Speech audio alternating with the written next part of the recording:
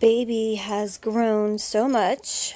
I am 30 weeks and I'm drinking some tea sitting here, and the baby was just moving around like crazy in my belly.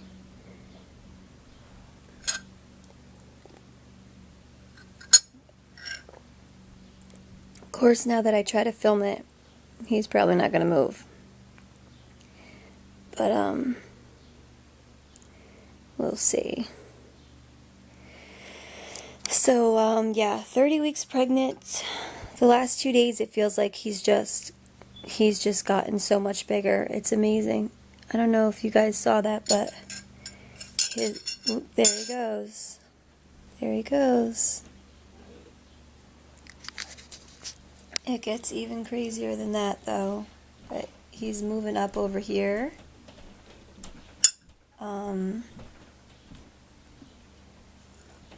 And he's been just so active, really, really active. Like waking me up at night active.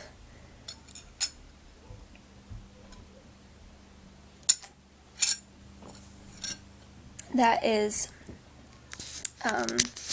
I'm drinking, what is it called? Oh, red raspberry leaf tea. I put a little bit of lemon and honey in it too. And supposedly it's good for strengthening your uterus. I figure why not try it, right? Some people have really sworn by it. I don't know. Anyway, I promise he was just bouncing around like crazy in there. But babies always, they don't like to perform, right? We're always like, oh, you know, the baby does this, the baby can roll over or something, and then they won't do it when you try to get them to do it. So that's what he's doing. This is my first son. I have 3 daughters, ages 5, 3.5, and 2 years old. I'm planning on having a unassisted birth.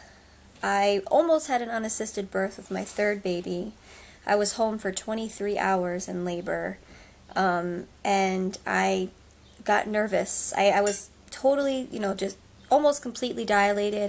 I checked myself, and I could tell that I was, that as soon as my water broke, I was going to be giving birth, and I got nervous, so I went to the hospital, and she was born very quickly after I got there. So, it is what it is. That's what I did at the time. But I at least got the experience of being in labor, basically the entire labor, almost a day at home. And it was a really good experience. I really liked it. I feel kind of silly sitting here with my belly out like this. I don't know if he's going to do anything anymore. Oh well. The moment I turn off the camera, he's going to do it. So, yeah, it's just going to be me and my husband. My mom is going to take the girls. And, because part of me would like them to be there. But I think that I might not be able to fully relax and be present if they're there with me. Because I'm going to be focused on them, I won't be able to just focus on me, because as a mom, I'm always focused on them, right? They're my babies. So I think I'll be too concerned about, are the girls okay? Are the girls nervous? Are the girls, fed? Are they happy? Whatever. And I need to be worried just about me and giving birth to this baby boy. So I did have prenatal care for the first half of this pregnancy. Yeah, I'd say like up to, I don't know, maybe 18 weeks, until I decided, you know what, I'm not sick. And that was like a big thing for me. Just, I knew intellectually that pregnancy is not an illness, and I really disagreed with how medicalized things were. I don't have enough money to pay for the midwives I had with my second baby. My first baby was an obstetrician in the hospital birth, and it was bad. Not good at all. I didn't have a cesarean section. I didn't have, any of the major procedures that could occur, although I did end up with an epidural. I did end up with Pitocin. I didn't get an episiotomy, thank God. But, so that was my first birth experience. But I was treated just atrociously by the obstetrician. He was really abusive emotionally. And he was also, he broke my water forcibly. Anyway, that's for another topic. Bad birth. Second birth in the hospital with midwives, and it was mostly good. I say mostly because I was still in the hospital, still have to play by their rules to an extent. Especially it seemed like as soon as I had given birth to her, which it was my first unmedicated birth, and that in of itself was great. But as soon as she was born, it was like, the hospital kind of closed in, trying to, well, we need to take the baby, we need to give her a bath, we need to weigh her, measure her, do all these things. And I was trying so hard to just spend some time with this baby I had worked so hard to give birth to. And it was a fight all the time. And I'm so tired of fighting to have my baby, And I told the nurses that I felt lightheaded, and they wouldn't let me have her back until till I could walk as far as they wanted me to walk. And I understand, that they don't want a woman who might pass out holding a baby, but my husband was there, my mother was there. It wasn't like I was by myself, So I was really mad about that. And just all the time trying to take the baby to do tests and yada yada. And it's like, just leave my baby alone, please. My third baby, Zipporah, like I said, I was home for the vast majority, 23 hours. I spent maybe an hour in the hospital. And I was treated badly after I had her. I also had my most, it was a very bad birth. Like, she was my largest baby by far. She was almost 9 pounds. And my second baby was only 6 pounds, 6 ounces. So big difference. I pushed her out very quickly, purple pushing on my back. It took me a good 6 months at least before I felt mostly back to normal after I had her. I was in a lot of pain for a long time. Even though I didn't really tear very much at all, I didn't need stitches, it was just such a violent pushing her out, There was no just breathe and breathe her out like I did with my other one. So that was bad. I also have SBD, so my hips are in a lot of pain. They've been really bad this pregnancy. And you're not supposed to give birth on your back like that with SBD. It's really bad. So I suffered with pain from that for a few months too. So yeah, that wasn't good. And so they treated me like I was a danger or something, because I also did part of my last half of the pregnancy with Zipporah was not unassisted, but what would you call that? I don't know. I forget what they call it. But basically, just doing my own prenatal care, self-prenatal care. And they act like that's neglect, but it's not like I'm just ignoring the fact that I'm pregnant. I'm taking care of my health, and I'm doing way more for my health than a lot of pregnant women do who see obstetricians, I'm eating well, and I'm doing everything that I'm supposed to do. I'm paying attention to my body, but they don't care about any of that. They have their way of thinking that things have to go, and that's it. And I didn't do the way that they think I should do it.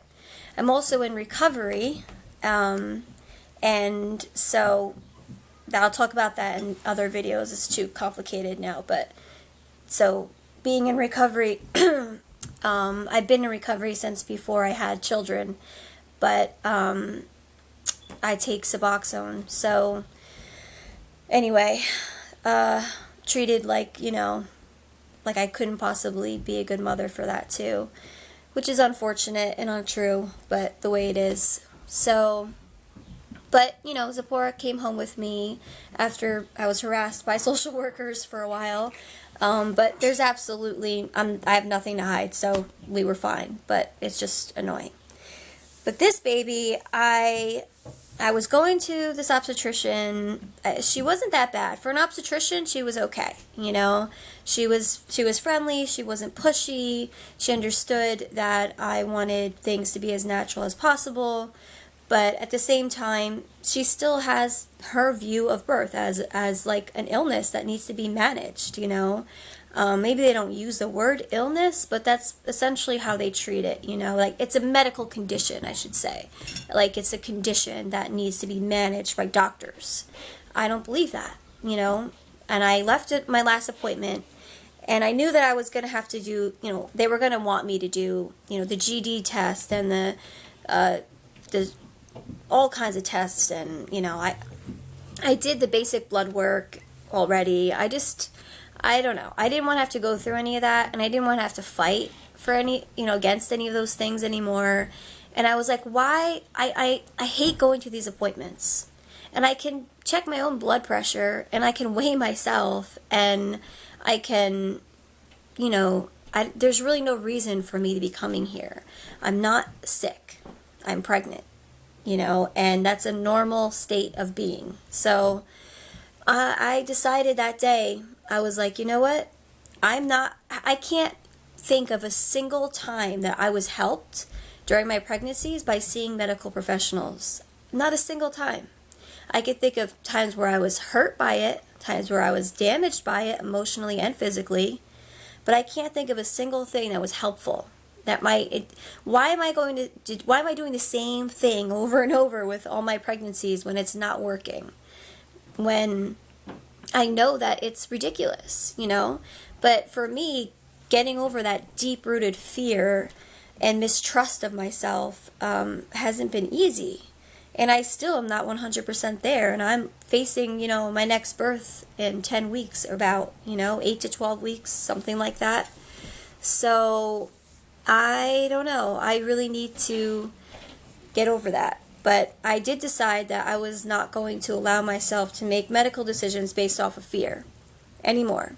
I wasn't going to put myself in positions where I'm being harassed, where I'm being coerced, where I'm being, you know, backed into a corner in general. I love my baby more than anyone else could ever love them, you know, besides their father. And I will always do what is right for my child, and I'm going to do what's right for me. And I believe that it is a safe and healthy option for me to give birth at home without anyone here other than my husband. I know that that sounds really radical and scary to a lot of people. And yes, I could literally walk to the hospital from my house. It's that close. I have backup plans. We're, you know, educating ourselves on what to do in case of an emergency, all of those things. But when do we ever go to a hospital when we're perfectly healthy, when there's no reason to believe that anything is going to go wrong, just in case? I'm much more likely to go to the hospital and walk out of there with an unnecessary major surgery and unnecessary drugs put in my body and all kinds of things that could happen to me and the baby that I will avoid being home. So there is a risk benefit equation here, and in my particular situation with this particular pregnancy, I believe strongly that I'm making a good decision. And if anything were to change that would alter that risk assessment, I would gladly change my decision. I'm not, you know, a lot of people criticize women like me who are choosing an unassisted birth as if all we care about is some experience, you know. Do I want to have a good experience? Of course I do. Why wouldn't I? You know, this is a monumental event in my life as a woman, having a baby. So yes, I want a good experience, and I want my baby to have a good experience too. But that, you know, ultimately, what mom is going to say, oh, I don't care about my baby's health, you know, that's ridiculous. We care about our baby's health. We care about our health, and that's why we're making the decisions that we're making. And I didn't make it on a whim. This is my 4th pregnancy, you know. This is my 4th baby, and I've been thinking about this since I was pregnant with my first 5 years ago. Over 5 years ago now. 6 years ago, actually. So, you know, this is not something that I just came up with on the spur of a moment. So I know this video is a little bit rambling. I promise I'll make more concise videos in the future. But I am 30 weeks pregnant, almost 31 weeks. And this is the baby belly. Here it is. Baby's in there, growing strong, keeping me awake, very active.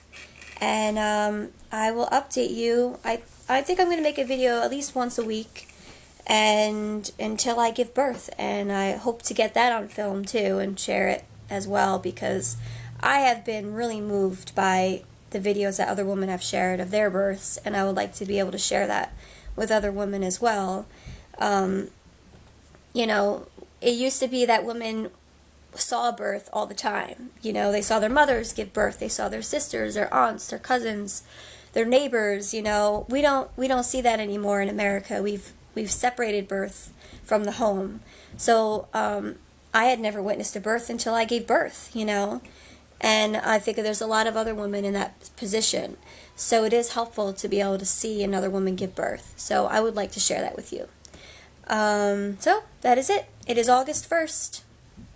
30 weeks. See you later.